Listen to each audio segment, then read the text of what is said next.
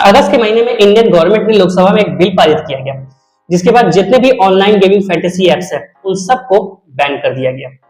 इस खबर के बाद ड्रीम 11, जो कि सिर्फ फैंटेसी ऐप ही नहीं है बल्कि इंडिया की जर्सी की स्पॉन्सरशिप भी है, उन्होंने अपनी स्पॉन्सरशिप इंडियन जर्सी से वापस ले ली। इस चीज के बाद फेमस बिजनेस टाइकून हर्ष गोयनका ने यह बोला कि अगर आपको अपनी कंपनी की सर्वाइवल स्किल को जानना है तो आप स्टॉक से हटा के अपनी कंपनी को इंडियन जर्सी की स्पॉन्सरशिप देके देख लीजिए कि वो कितनी ज्यादा सर्वाइव कर सकती है। ये ट्वीट वायरल चला गया। असल में 2001 से लेके अब तक कई कंपनियां ऐसी रही जैसे कि सहारा, स्टार प्लस, बाईजूस, ओप्पो, इन सभी कंपनियों ने जर्सी को स्पॉन्सरशिप दी और ये सभी किसी भी वजह से या तो डिक्लाइन हो गई और या तो हट गई। तो आज इस वीडियो में हम यही जानेंगे कि क्या सचमुच पे इंडियन जर्सी को स्पॉन्सर करना कंपनियों के लिए एक पनौती है या फिर इसके पीछे कुछ और रीजन है। तो इस वीडियो में आगे बढ़ने से पहले मैं बताऊं कि अगर आपको केस स्टडी वीडियोस पसंद है इस तरह की तो इस चैनल को सब्सक्राइब जरूर करिएगा। वीडियो पसंद आए तो लाइक करिएगा, शेयर करिएगा। तो चलिए अब आगे बढ़ते हैं वीडियो में। 2001 से लेकर 2013 तक सहारा कंपनी ने इंडियन जर्सी को स्पॉन्सर किया। इस दौरान इंडिया टीम ने 2007 का T20 वर्ल्ड कप और 2011 का वर्ल्ड कप जीता। हालांकि इसमें सहारा की स्पॉन्सरशिप का कोई लेना देना नहीं था।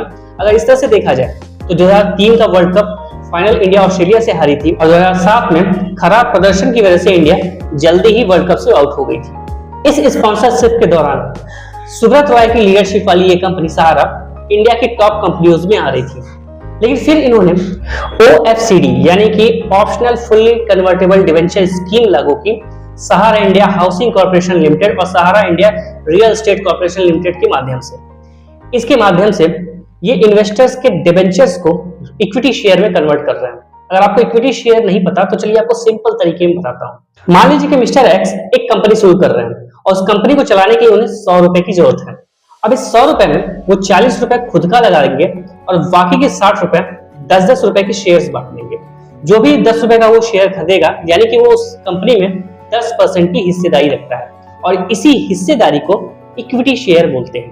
डिवेंचर एक तरह का लोन होता है जिसके लिए इन्वेस्टर को उसका इंटरेस्ट रिटर्न में मिलता है, लेकिन इक्विटी शेयर में उसे 10% का प्रॉफिट वापस मिलता है।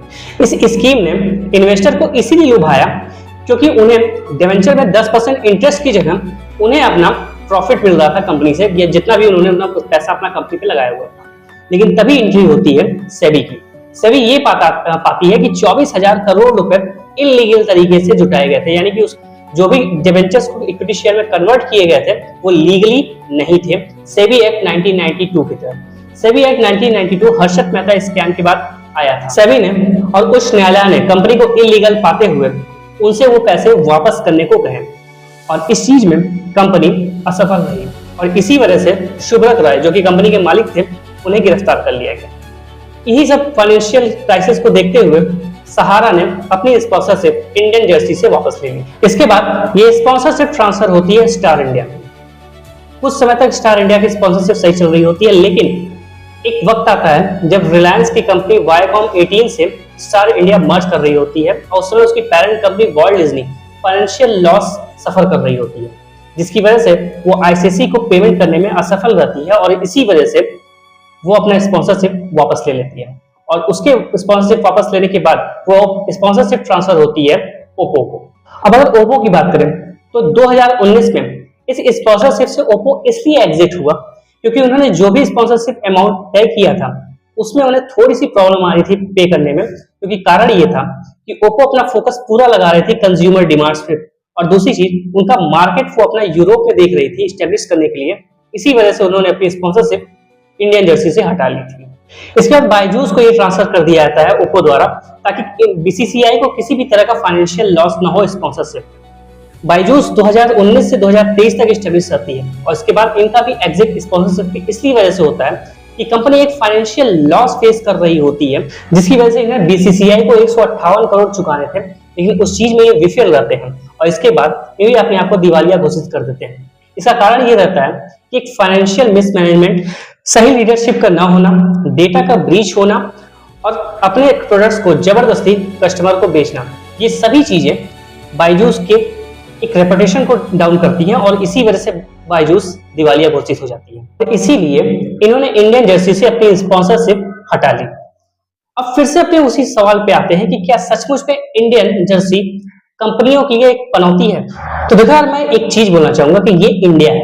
यहाँ पर इंसान अगर रास्ते में चल रहा हो और बिल्ली सामने से गुजर जाए तो लोग बोलते हैं बिल्ली ने रास्ता काट दिया, अब शुगल हो गया। रात में अगर कुत्ता रो रहा हो, लोग बोलते हैं कुत्ता रो रहा है, यानी कि कुछ ना कुछ बुरा होने वाला है। तो कुल मिला के कहने का यह है मतलब है कि हम किसी भी चीज का मतलब निकाल लेते हैं। होता असल में ये है कि जब कोई इंसिडेंट, कोई भी काम, सेम काम अलग अलग लोगों को करने पे होता है तो लोग उसे एक तरह के पनौती का शब्द दे देते हैं।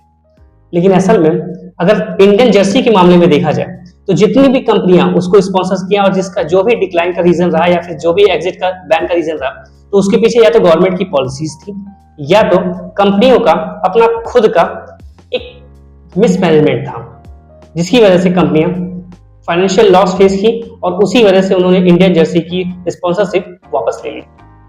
तो कुल मिला के मेरे हिसाब से इंडियन जर्सी का इस सब चीजों से कोई लेना देना नहीं है। तो फिर चलिए, ये वीडियो आपको कैसी लगी एक बार फिर से पूछना चाहूंगा। अगर अच्छी लगी हो तो लाइक करिए, शेयर करिए और चैनल पे नए हैं तो सब्सक्राइब जरूर करिए। तो मिलते हैं अगली वीडियो में, तब तक नमस्कार।